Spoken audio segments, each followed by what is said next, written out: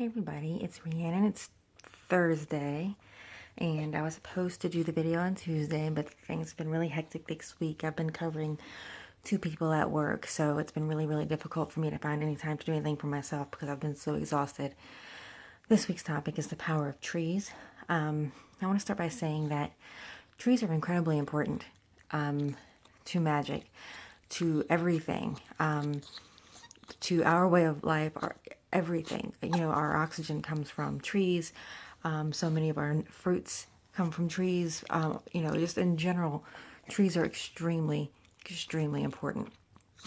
When it comes to magic, you know, you have trees which naturally give you so many things to work with. From, like, for instance, this came from an apple tree. I made my wand, God, this is like 15 years old, I think. But I made that from the apple tree in my very first house that we bought. And I chose that particular branch for a reason, and I chose it from that tree for a reason.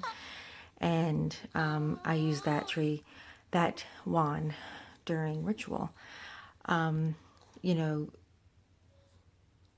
there are several things that you can use the trees for.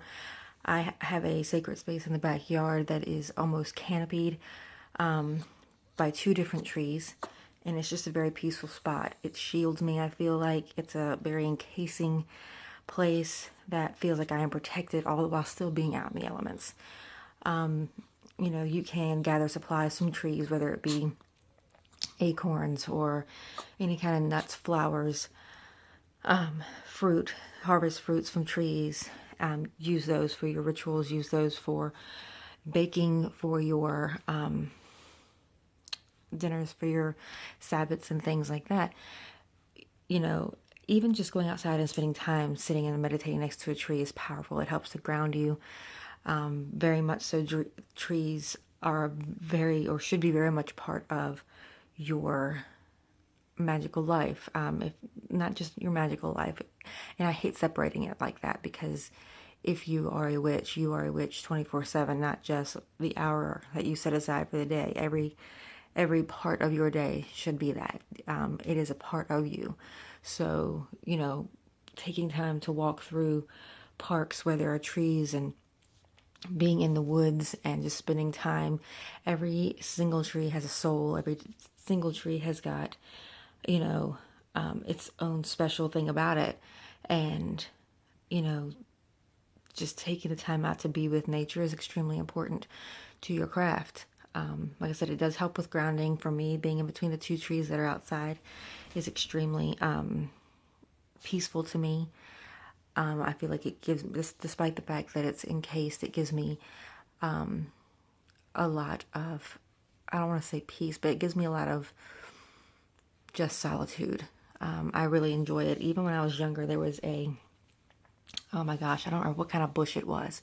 There was a bush in my front yard when I was younger, and it had these little prickly leaves on it, and the leaves, it had white flowers on it. Inside of this bush, somehow, there was a cut. Someone had cut like a huge chunk. I actually think a car crashed into that spot and broke those branches, but what it ended up doing was almost making a cave. I used to go outside and sit underneath that tree.